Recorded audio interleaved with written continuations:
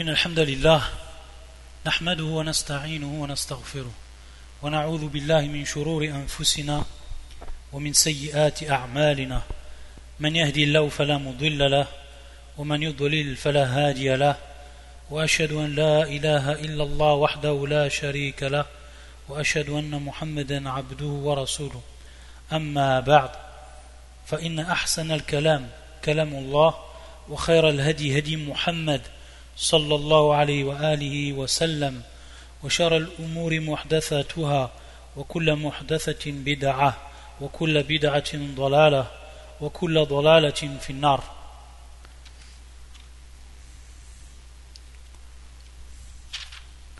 Donc on poursuit bi'idhnillah ou bi'awnillah azza wa jal, traduction et explication du livre Ahkam ou Manasik al-Hajj wal Umrah du Cheikh al-Islam ibn Taymiyyah rahmatullah alayh. On avait expliqué le dernier cours ce que l'on devait faire ou lorsque le 8e jour de Dhu al-Hijjah commence. Et le Cheikh nous avait expliqué étape par étape dans ce chapitre ce que le musulman il fait, ce que le pèlerin il fait, ce qu'il doit faire et ce dont il doit s'écarter.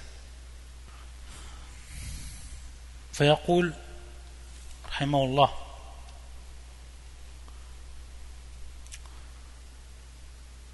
ثم بعد ذلك يذهب إلى عرفات فهذه السنة.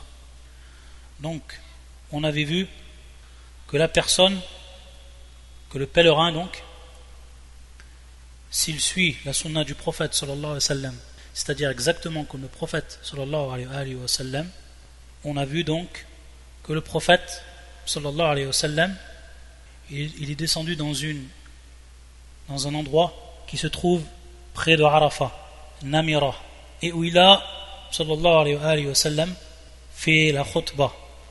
Il a fait cette khutbah qui, comme nous le rappelle Ibn al-Qayyim rahimahullah ta'ala fi kitabi Zad al-Ma'ad, il nous rappelle les différents points que l'on trouve, les points principaux que le prophète sallallahu alayhi wa sallam a énoncés durant cette khutbah importante dont une grande partie des sahaba ont assisté ce jour-là, Yawm Arafah, et qui était le pèlerinage d'adieu du prophète sallallahu alayhi wa sallam.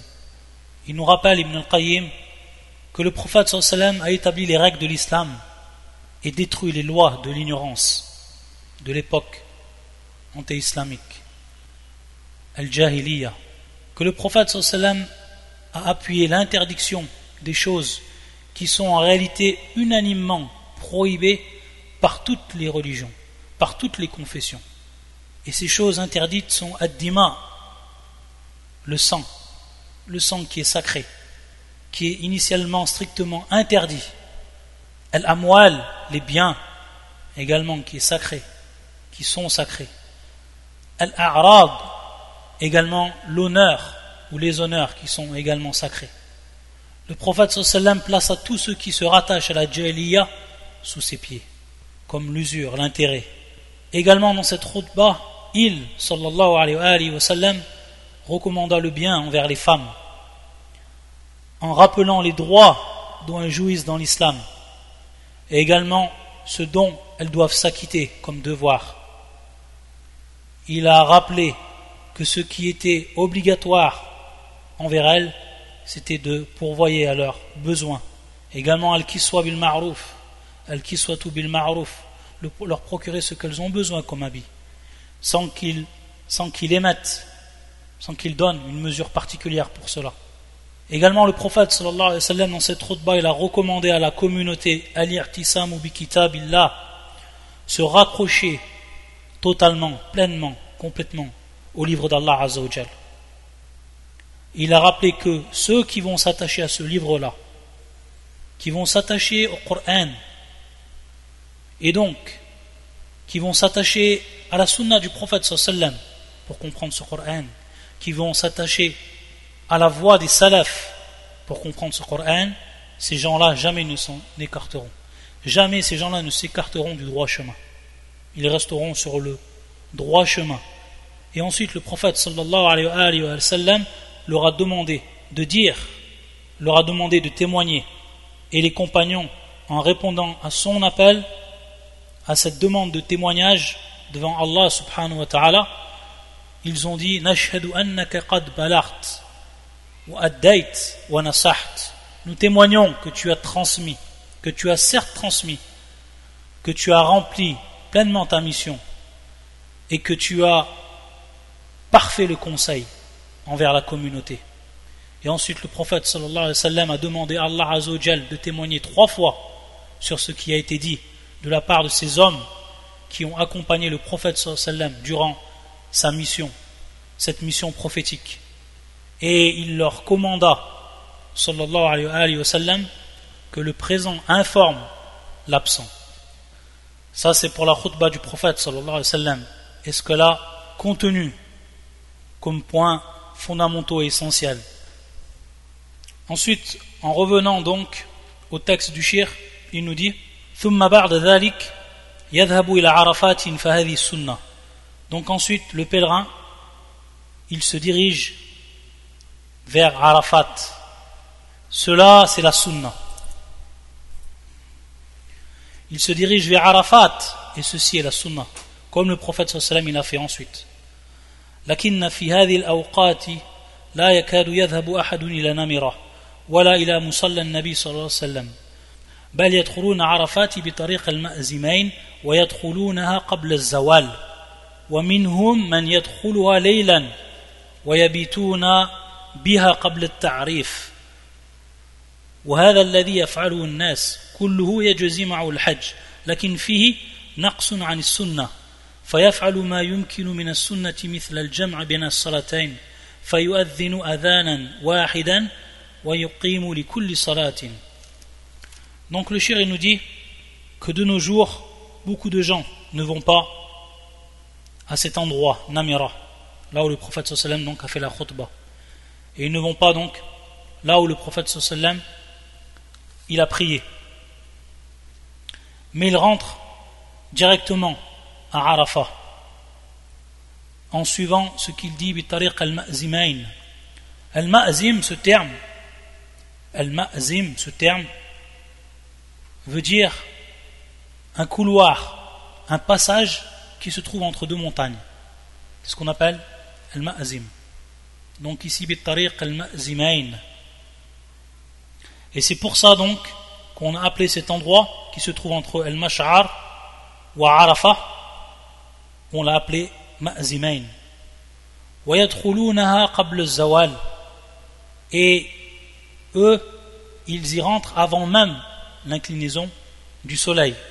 Et bien entendu, cela, c'est en contradiction avec la sunna du prophète sallallahu alayhi wa sallam.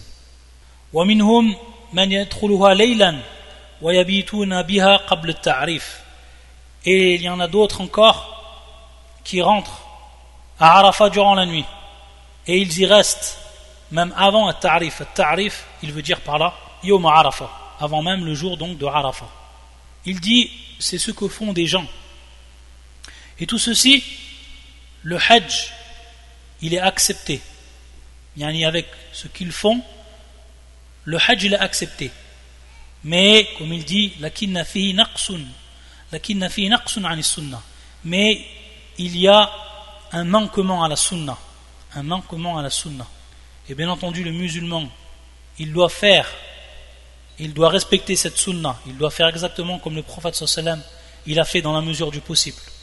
Et ce qui rentre également dans la sunna, comme nous le rappelle le shir, comme le fait de prier les 2 prières en appelant une seule fois à la prière et en faisant al-iqama pour chaque prière. Ensuite, يقول والإيقاد بعرفة بدعة مكروهة وكذلك الإيقاد بمنى بدعة باتفاق العلماء. Donc al-iqad, on a déjà vu ce que ça voulait dire. Le fait d'apporter des bougies ou autres, le fait de les allumer et d'avoir donc des croyances par rapport à cela, ou de croire que cela est un bien, que ça apporte du bien. Tout cela, comme il nous dit le shir, que ce soit fait à Arafat ou alors que ce soit fait à Mina, tout ceci, ça rentre dans al-bid'a, ça rentre dans les innovations, comme on l'a rappelé unanimement les savants. وإنما يكون الإيقاد بمزدلفة خاصة في الرجوع.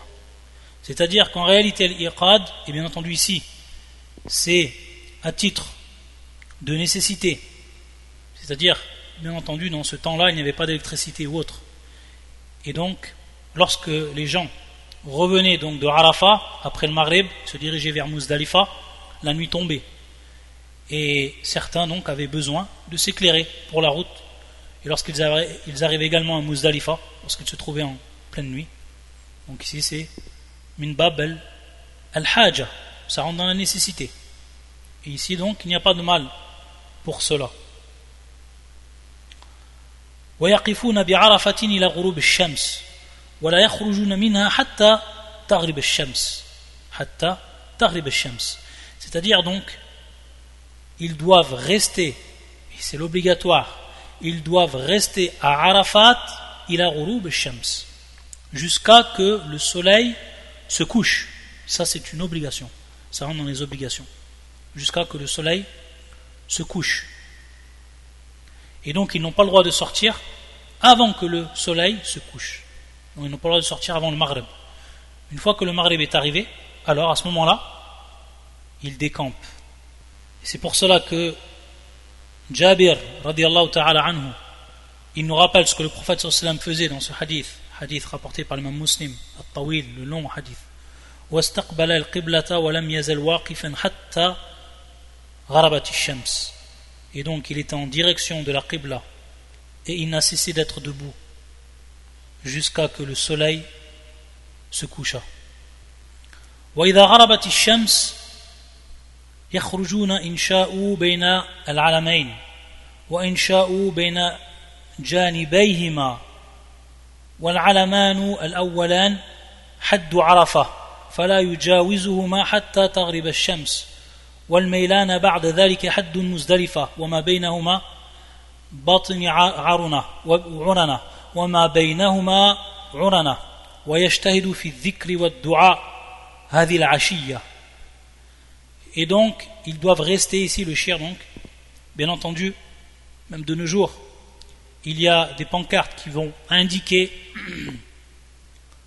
les limites de Arafat, et donc ils doivent rester donc dans cette partie, savoir où se trouve exactement Arafat, les délimitations, et y rester à l'intérieur. Que ce soit donc par des pancartes ou alors, de leur temps, des signes, des emblèmes qui étaient posés pour délimiter donc Arafat. Et donc le cheikh nous rappelle qu'on n'a pas le droit de dépasser jusqu'à que le soleil se couche, en nous rappelant les noms des délimitations. Ala kulli hal, il nous dit wa yajtahidu fi dhikri wa du'a hadhihi al-ashiya, c'est-à-dire donc al-ashiya qui, pour la plupart des savants, lorsqu'on dit al-ashiya, ça commence à partir du Asr. Certains savants disent à partir du Dhuhr. Mais là, beaucoup, ce qui est le plus connu, c'est que l'Ashiya, c'est à partir du Asr jusqu'à la tombée de la nuit. Même après la tombée de la nuit. On appelle cela donc l'Ashiya. Donc, durant tout ce temps où il va être présent, jusqu'à que le soleil se couche, yajtahidu fi dhikri wa du'a.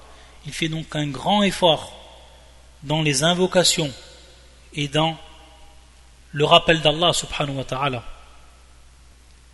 Et ici on rappelle ce hadith authentique où le prophète sallallahu alayhi wa sallam yaqul afdalu ma qultu ana wa nabiyyun ashiyata arafa, c'est-à-dire le meilleur de ce que j'ai pu dire moi et les prophètes donc durant ce temps, donc en cette fin d'après-midi de Arafat, la ilaha illallah wahda la sharika lah, lahul mulk wa lahul hamd, wa huwa ala kulli shay'in qadir. Cette dua, c'est la meilleure des duas que le prophète sallallahu alayhi wa sallam a dit et que les prophètes qui l'ont précédé ont dit ce jour-là, la meilleure. Et donc, le musulman, yukthiru minha, c'est-à-dire, il multiplie cette invocation. La ilaha illallah wahdahu la sharika lah, lahul mulk wa lahul hamd, wa huwa ala kulli shay'in qadir. Ce hadith, qui est un hadith Hassan, comme l'ont rappelé beaucoup de savants, parmi eux l'imam Albani et d'autres, parmi les savants du hadith. Donc, une invocation à laquelle s'attache le musulman ce jour-là, en plus des autres invocations. Et donc durant ce temps, c'est un rappel ici que le shir nous fait, c'est que durant ce temps, on ne passe pas son temps à manger, ou à parler, ou à boire, ou à faire des occupations qui n'ont rien à voir avec cette adoration, c'est-à-dire qui est le dhikr et la dua. Yashtahid, c'est-à-dire il fait un grand effort à ce moment-là. Et on sait qu'Allah Azzawajal ce jour-là, il se rapproche de ses serviteurs, comme cela est venu dans beaucoup de hadiths, qu'il y a un fadl qui est énorme, c'est-à-dire donc un mérite et une récompense qui est énorme ce jour-là. Et c'est le jour où Allah Azzawajal, qu'il affranchit du feu de la fournaise, Ayadan Billah, ses serviteurs. Donc c'est une grande occasion à ce moment-là, lorsqu'on sait qu'il n'y a pas un jour où Allah Azzawajal affranchit le plus de ses serviteurs que ce jour-là. Alors le musulman, il fait un grand effort. La yufawit, c'est-à-dire donc, il ne va pas délaisser cette occasion en or. Ce jour peut-être qui ne se répétera jamais dans la vie du musulman, car personne ne sait ce qui va arriver demain. Et si le musulman il a la chance, cette énorme chance, ce grand mérite de pouvoir y assister, alors il fait un effort qui doit être à la hauteur, un effort considérable pour pouvoir faire partie de ceux qu'Allah Azzawajal ce jour-là il va affranchir. Subhanallah. Ensuite, يقول فإنه ما رؤيا إبليس في يوم وهو في أسخر ولا أحقر ولا أغيض ولا أضحك من عشية عرفة لما يرى من تنزيل الرحمة وتجاوز الله سبحانه عن الذنوب العظام إلا ما رؤيا يوم بدر فإنه رأى جبريل يزع الملائكة. Donc il va nous rappeler cela, le shir, c'est-à-dire ici pour nous rappeler le bien qu'il y a ce jour-là, et donc pour nous inviter à faire un grand effort dans les invocations. On nous rappelle cela en référence à un hadith qui est rapporté par l'imam Malik fil Muwatta, également l'imam Al-Barawi fi Sharh Sunnah wal Bayhaqi fi Shu'ab al-Iman, où le contenu de ce hadith est le suivant: qu'on n'a jamais vu donc Iblis ce jour-là où il était le plus petit, le plus en colère, le plus minable, ce jour-là, c'est-à-dire Ashiyatu Arafa, cette période-là, lorsqu'il voit donc la miséricorde d'Allah Azzawajal qui descend, et qu'il voit qu'Allah Azzawajal pardonne à ses serviteurs, qu'il leur pardonne leurs grands péchés, qu'il n'a donc pas vu un jour comme celui-là, sauf le jour de Badr, lorsque il a vu Jibril, yaza'ul malaika, marna yaza'ul malaika yamna. Et ici le marna, c'est-à-dire donc que Jibril mettait en ligne les anges pour combattre al-mushrikoun, pour combattre les polythéistes ce jour-là. Donc il les mettait en ligne, il leur ordonnait de faire cela et cela, et donc il leur interdisait de parler ou autre. Ce hadith-là, les savants en ont parlé quant à son authenticité. Et sans détailler, ce hadith est un hadith qui n'est pas authentique. Et parmi ceux qui l'ont rendu da'if, l'imam al-Albani, kama fi da'if al-targhib, fi da'if al-targhib wa al-tarhib, et le hadith qui est le numéro 739. Et également fi mishkat al-masabih, fi mishkat al-masabih, qui est le hadith 2600, où il nous rappelle, il nous détaille le shir, que ce hadith n'est pas authentique. وراكبا ويصح وقوف الحائض وغير الحائض ويجوز الوقوف ماشيا وراكبا وأما الأفضل فيختلف باختلاف الناس فإن كان ممن إذا ركب رأوا الناس لحاجة إليه أو كان يشق عليه ترك الركوب وقف راكبا فإن النبي صلى الله عليه وآله وسلم وقف راكبا وهكذا الحج فإن من الناس من يكون حج راكبا أفضل ومنهم من يكون حج ماشيا أفضل. Donc le cheikh nous dit tout simplement que pour ce qui est de la femme qui a ses menstrues, le fait qu'elle va rester ce jour à Arafat, fi wuquf à Arafat, cela bien entendu est compté comme tel et est validé. Et on l'a vu dans le hadith précédent que le prophète sallallahu alayhi wa sallam a informé Aïcha de faire tout ce qu'avait à faire le pèlerin, sauf le tawaf autour de la maison sacrée. Et bien entendu, ici, en dehors du tawaf, c'est am, c'est-à-dire donc c'est général. Tous les autres rites doivent être faits par la femme qui est en état de menstru et que cela va être accepté, que cela va être validé. Donc ici, c'est un rappel de ce que nous dit le shir. C'est pour ça qu'il rappelle l'imam Ibn Munzir, في كتابه الإجماع أجمع كل من نحفظ عنه من أهل العلم على أن من أدرك الوقوف بعرفة غير طائر ولا شيء عليه. C'est-à-dire donc, nous avons enregistré de tous ceux que l'on connaît parmi les gens de science et donc qui ont eu cet avis que celui qui va pouvoir être présent au moment du stationnement à Arafat et qui n'est pas en état de pureté, alors c'est une personne qui a accompli son hajj, c'est-à-dire dans le sens de tout ce qu'il a fait jusqu'à ce jour-là est valable. Et donc ce qu'il a fait donc à Arafat et qu'il n'a rien à faire d'autre, c'est-à-dire pas de compensation ou autre chose. Ensuite, il nous rappelle, Cheikh al-Islam, qu'il est permis à la personne qu'elle stationne donc à Arafat, debout, plus précisément donc sur ses propres jambes, ou alors sur sa monture. Donc la personne qui va rester sur sa monture, ou alors qui va rester dans sa voiture, il n'y a pas de mal à ça. Cela est permis. Et pour ce qui est de al-afdaliya, ce qui est de mieux donc, il dit le cheikh que cela dépend de la situation ou de l'état des gens. Et il nous rappelle à titre d'exemple, si la personne donc, elle reste au-dessus de sa monture, et lorsqu'elle est au-dessus de sa monture, les gens le voient de loin, et qu'ils ont donc besoin de lui, que ce soit pour leur demander des choses dont ils ont besoin, questions sur la religion ou autre, alors il est mieux pour lui qu'il reste donc rakiban, qu'il reste donc au-dessus de sa monture. Ou alors celui pour qui il est difficile, il y a ici difficulté mashaqqa, de délaisser donc sa monture, il reste lui aussi en état de stationnement rakiban, c'est-à-dire donc sur sa monture.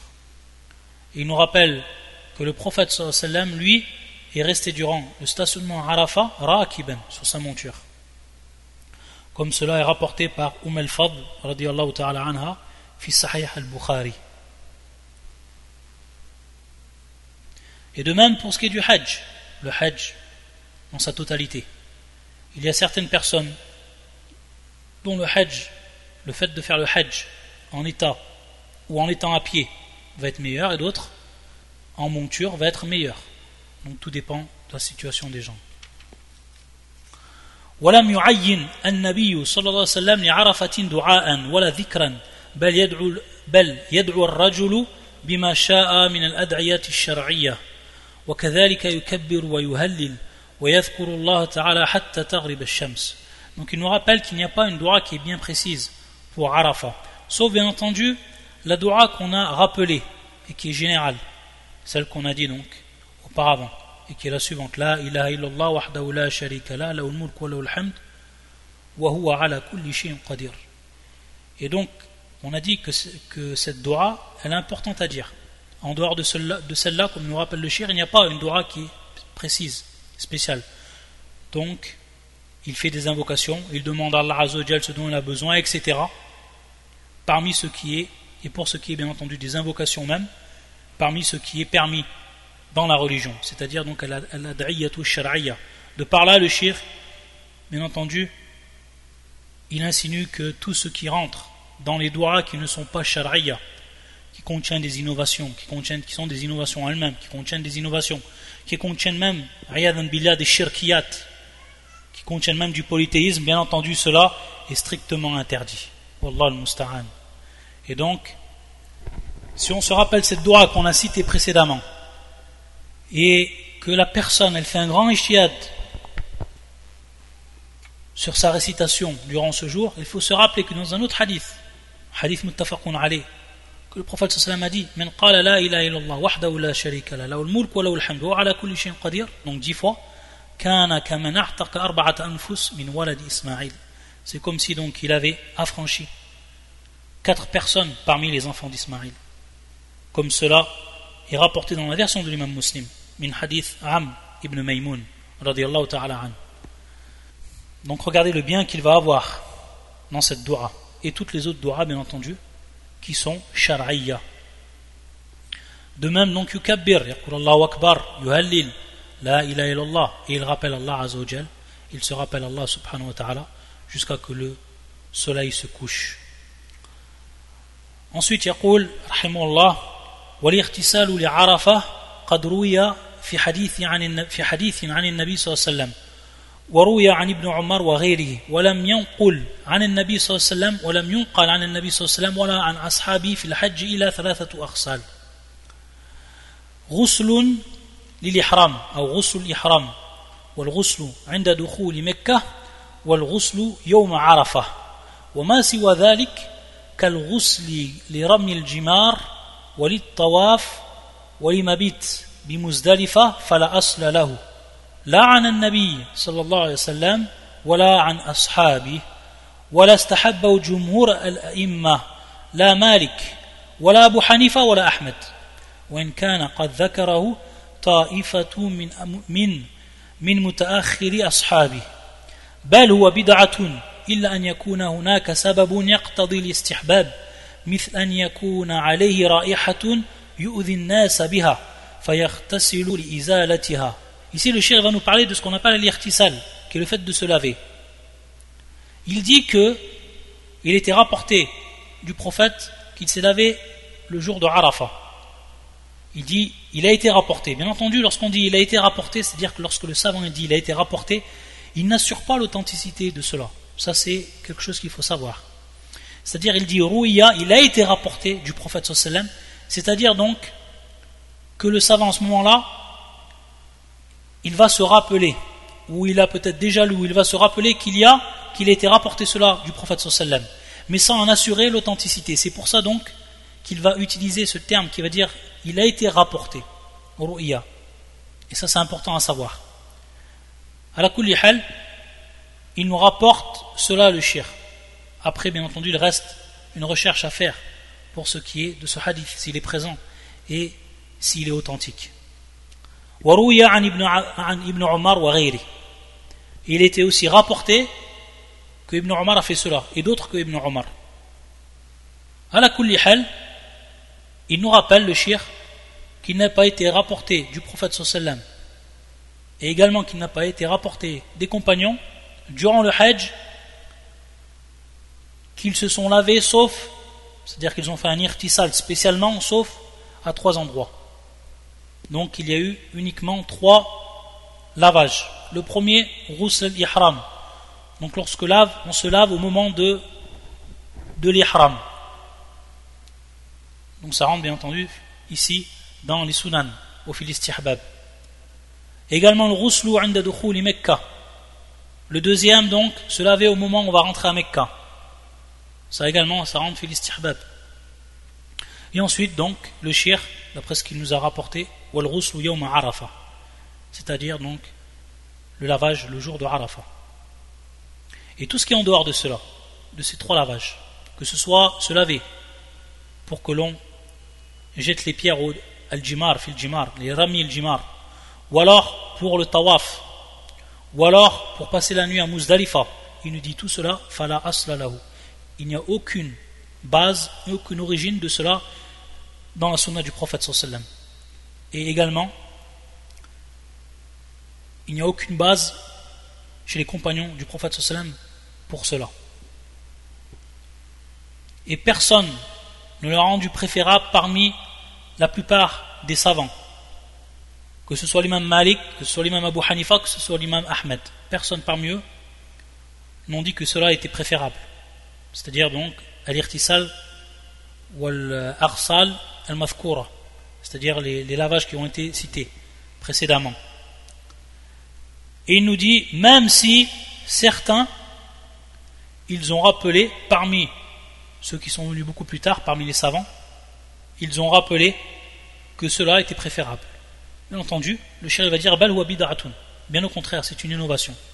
Donc lui il va considérer que cela est une erreur de leur part. Et bien au contraire, ça rentre dans l'innovation. Pourquoi ? Parce qu'il a dit qu'il n'a aucune base dans cela. C'est-à-dire que pour qu'on puisse dire que cela est préférable, il nous faut au minimum un hadith du prophète sallallahu alayhi wa sallam. Ou alors des athars, des sahaba qui ont fait cela, pour connaître ensuite qu'il y a une base, car on sait que les sahaba sont ceux qui sont le plus loin d'innovation, et que s'ils feraient ça, les sahaba, si plusieurs sahaba ils font un acte comme tel, ça prouve qu'il y a un asl, qu'il y a donc une origine dans cela. Mais s'il n'y a pas ça, alors ça rentre dans l'innovation, car on est en train de faire un acte qui rentre dans l'adoration, vu qu'ici c'est min bab al-istihbab, c'est ce qui va être préférable, ce qui rentre dans ce qui serait préférable pour une adoration. Donc ça rentre dans l'adoration en elle-même. Et si on n'a aucune preuve pour affirmer, pour attester une adoration, alors automatiquement ça rentre dans ce qu'on appelle bid'ah. Ça rentre dans ce qu'on appelle l'innovation. Donc ça c'est un point à assimiler. Ensuite, il nous dit le shir donc que cela est une innovation. Sauf dans le cas où la personne, elle porte en elle une très mauvaise odeur. Donc elle est imprégnée d'une très mauvaise odeur, et que bien entendu on sait que durant le Hajj, les gens, ils sont regroupés, et que donc cette odeur, elle peut nuire à autrui. Donc dans ce cas-là, et c'est ici al-illa, donc la cause, dans ce cas-là, il n'y a pas de mal qui se lave, bien entendu, que ce soit avant le tawaf, que ce soit à Muzdalifa, ou alors à n'importe quel moment du Hajj. S'il fait cela dans ce but, il n'y a pas de mal. Ça rentre donc dans ce qui va être d'écarter le préjudice envers les autres musulmans. Ensuite, يقول وعرفة كل موقف ولا يقف ببطن عرنا. C'est-à-dire donc que tout ce qui rentre dans la délimitation de Arafat, c'est considéré comme le stationnement. Mawqif. Donc à n'importe quel endroit qu'on se mette au moment où on est à Arafat, dakhil al-hudud, à l'intérieur des délimitations, alors on est bien dans l'état de stationnement. Taïb, à Arafat. Par contre, on n'a pas le droit, donc à cet endroit qui précède Arafat, qui est Bibatini Urana. On n'a pas le droit donc d'être à cet endroit-là. Donc c'est un rappel que nous fait le shir ici. Et à ce sujet, il y a un hadith du prophète sallallahu alayhi wa sallam, min hadith ibn Abbas, rapporté par l'imam al-Tabarani et d'autres encore, qui est authentifié par Shir al-Albani fi Sahih al-Jami', qui est le hadith numéro 4006, où le prophète sallallahu alayhi wa sallam يقول من حديث جابر عفوا من حديث ابن عباس كل عرفة موقف وارفعوا عن بطن عرنا, c'est-à-dire donc Arafat, tout Arafat et donc stationnement. Et donc partez de l'endroit qui s'appelle Urana, qui est donc un endroit vaste et qu'on a déjà vu, que le shir a déjà cité, qui s'appelle Urana. Ensuite يقول وأما الصعود الجبل الذي هناك فليس من السنة ويسمى جبل الرحمة ويقال له إلال على وزن هلال. Ici également un point qui est important et dont on voit beaucoup de musulmans, de par leur ignorance, qu'ils pratiquent. C'est-à-dire qu'il se trouve donc une montagne à Arafat et qui est appelée Jabal al-Rahma, c'est-à-dire donc le mont ou la montagne de la miséricorde, et que l'on appelle également Ilalun, Il nous dit que cela ne fait pas partie de la sunna. Et encore pire que cela, ceux qui croient qu'il y a un fadl, c'est-à-dire qu'il y a un mérite de monter jusqu'à la montagne, et on voit des gens qui montent jusqu'au sommet de la montagne, et ils croient dans cela qu'il y a un fadl, qu'il y a un mérite, et qu'il y a une récompense encore plus. Même d'autres qui vont se prosterner à cet endroit, ou alors prier, alors qu'on sait que la prière, à ce moment-là, après le Asr, et jusqu'au Maghreb, elle n'est pas permise, et etc. Tout ça, ça rentre dans l'innovation. Ça rentre dans l'innovation. Donc la personne, elle prenne garde de ne pas faire cet acte, et de monter donc jusqu'à la montagne, spécialement. Et il nous dit donc, dans le même registre, وَكَذَلِكَ الْقُبَّةُ الَّتِي فَوْقَهُ التي يقال لها قبة آدم لا يستحب دخولها ولا الصلاة فيها والطواف بها من الكبائر. Il nous dit donc le shir également Al-Qubba, donc la coupole qui se trouve à cet endroit, c'est-à-dire au-dessus de la montagne. Donc cette coupole, alhamdoulilah, qui a été enlevée, cette coupole qui a été enlevée durant le règne du gouvernement saoudien, pour pouvoir donc combattre ce qui rentre dans l'innovation. Donc cette Qubba qui se trouvait avant, au-dessus de cette montagne, il nous dit le shir qu'il n'y avait aucun bien à y rentrer, que cela n'était pas préférable d'y rentrer. Et on appelait ça Qubbatu Adam, c'est-à-dire donc la coupole d'Adam. Et de même, qu'il n'était pas préférable d'y prier, et encore pire, de faire le tawaf autour. Et qui rend bien entendu ici fil kaba'ir, car le fait de tourner autour de ce qui n'est pas la maison sacrée, ça rentre dans les grands péchés, riyadan billah.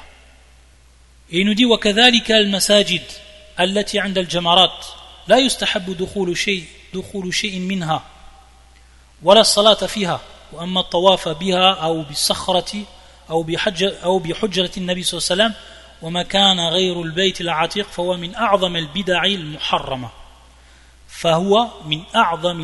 المحرمة.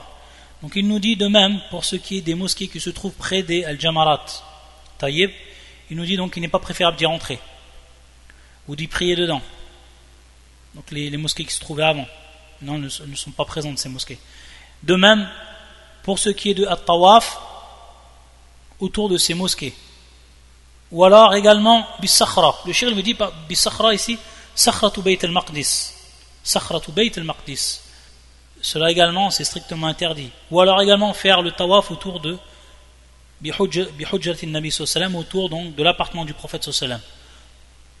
Tout ce qui est de l'ordre du tawaf et qui est fait en dehors de la maison sacrée, il dit le shir, ça rentre dans les plus grandes innovations. Ça rentre dans les plus grandes innovations qui sont bien entendu interdites. Dans les plus grandes innovations.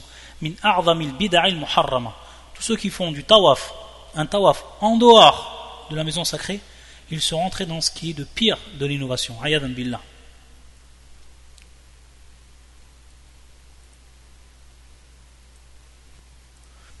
Ensuite, يقول الشيخ رحمه الله فصل. Donc encore un chapitre ici. Et c'est en fait pour faire la différence ou pour marquer un arrêt entre donc la fin de Arafat et le début de Muzdalifa, ou alors de notre départ pour aller à Muzdalifa. فيقول فصل فإذا أفاض من عرفات ذهب إلى المشعر الحرام على طريق المأزمين وهو طريق الناس اليوم وإنما قال الفقهاء على طريق المأزمين أو على طريق المأزمين لأنه إلى عرفة طريق أخرى تسمى طريق الضب ومنها دخل النبي صلى الله عليه وسلم إلى عرفات وخرج على الطريق المأزمين وكان صلى الله عليه وسلم في المناسك والأعياد يذهب من طريق ويرجع من أخرى فدخل من الثانية العليا وخرج من الثانية السفلى ودخل المسجد من باب بني شيبة وخرج بعد الوداع من باب حزورة اليوم ودخل إلى عرفات من طريق الضب وخرج من طريق المأزمين وأتى إلى جمرة العقبة يوم العيد من طريق الوسطى التي يخرج منها إلى خارج منى ثم يعطف على يساره إلى الجمرة ثم لما رجع إلى موضعه بمنى الذي نحر فيه هديه وحلق رأسه رجع من الطريق المتقدمة التي يسير منها جمهور الناس اليوم. Donc le shir tout simplement ici, il va nous dire qu'une fois donc que le soleil s'est couché, la personne elle part de Arafat pour se diriger vers ce qu'on appelle le Mash'ar al-Haram. Et il faut savoir que Muzdalifa,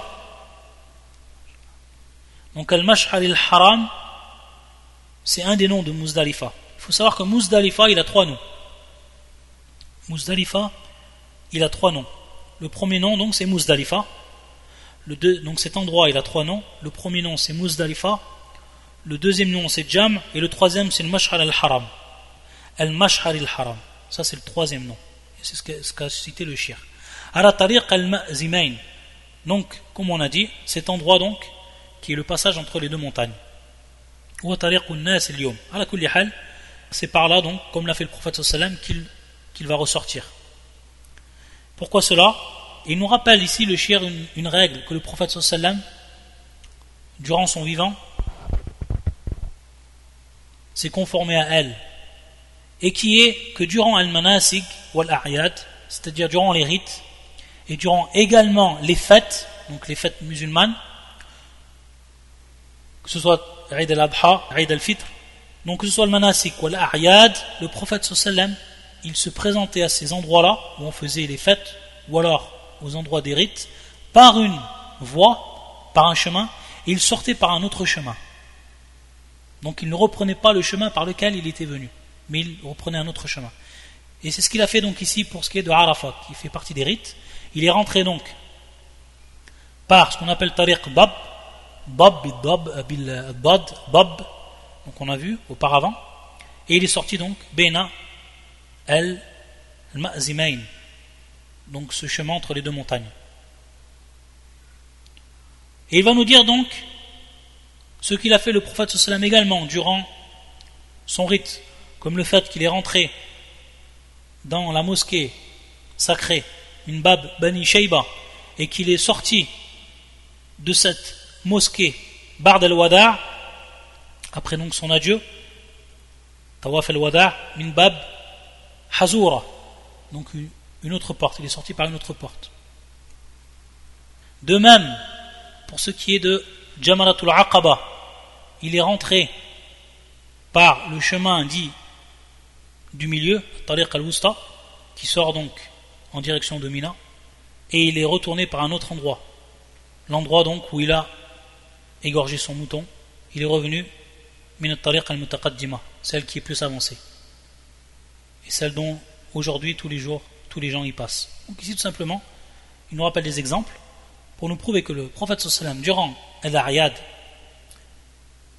et durant donc al-Manasik, il est rentré, lorsqu'il allait donc à un rite bien précis, à un endroit, il est rentré par un chemin, il ressortait par un autre chemin. طيب نكتفي بهذا القدر سبحانك اللهم بحمدك أشهد أن لا إله إلا أنت أستغفرك وأتوب إليك